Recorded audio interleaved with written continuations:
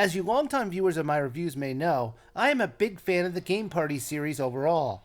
I think the simple gameplay and easy to use controls make it very fun for parties. Now Gameplay Champions took that idea and said, yeah, now let's see if we can do that and then suck all the fun out of the title. Because this game is awful. You can play the game in a free choice menu or in a story mode. Yes, this game has a story mode. Maybe you're thinking it's an uplifting story about a young kid just trying to move up the ladder of high scores so they can achieve a little bit of notoriety in the arcade they visit. Nope, it's about a character whose dad died, and you're all depressed, and your best friend is trying to get you out of your depression by competing in some arcade game tournaments. Thanks for that depressing storyline there. Was that really necessary? Now there are 8 games to play: ping pong, skill ball, water gun shooting, mini golf, air hockey, basketball, football, and baseball. Each of these are played using the touchscreen on the gamepad. They're a bit hit and miss when the controls will work right. The problem is that it never felt like you were controlling the action. I would swipe up to throw a ball, but it didn't feel like I had the control on how far it would go. There was no sense of power in my throw. Basketball was almost unplayable because the thing would be a moving target, and football to a lesser degree, but at least the targets weren't too hard to hit. Ping pong wasn't much better. They don't even show you the paddle. You just swipe when the ball comes at you. The paddle should have been there so we could see the angles that were hitting the ball. Now skill ball didn't even have any skill in it at all. Just swipe in the same direction with the same amount of force and you'll get a high score every time.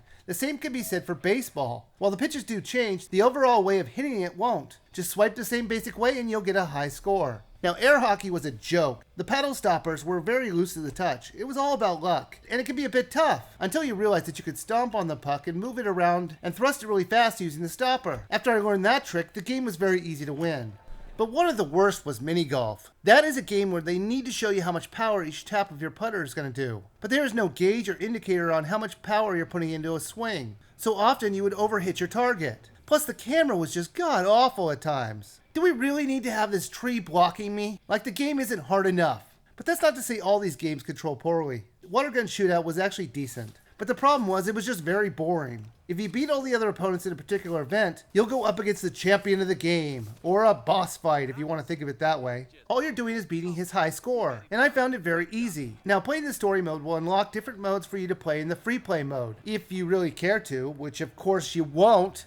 There is also a party mode. You spin a spinner on your gamepad to find out how many spaces you have to go on the board. Then they'll have the player go to the game that they landed on, and they'll have to complete a certain challenge in 25 seconds or less. One of the more irritating things about this is that it could take up to 25 seconds to boot up the game that you're only going to play for 25 seconds. That is just ridiculous, and really boring for anyone who tries to actually play it. Okay, I'm showing you guys the actual time it takes to load up just one game from the multiplayer game, and it's still going. Hope you guys have a book or something.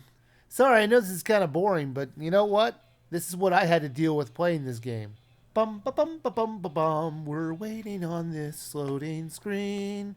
This game really sucks. It's over 30 seconds long for a 25-second game. That is unbelievable. The load times on all the games are just terrible. If the person loses the challenge, the person has to go back to the space they were on previously. Now the goal is not to turn off the WiiU. I mean, get to the finish. Truthfully though, the goal should be don't turn off this game, because it's going to be one hard goal to beat. Now there is also an online leaderboard. Well, there would be if it wasn't down every time I tried to access it. I think the problem with this game is that it's using the gamepad for everything. This is not the type of game that should be played on the gamepad. You should be doing the motions instead of swiping all the time. They should have made these games compatible with the Wiimote, but they didn't. They wanted to show off what I assume was the worst possible way to make an arcade simulator on the Wii U, and with that they succeeded. Game Party Champions was terrible. It had poorly made controls, an unnecessary story mode, and bad game design, which makes this one game I think you should definitely skip.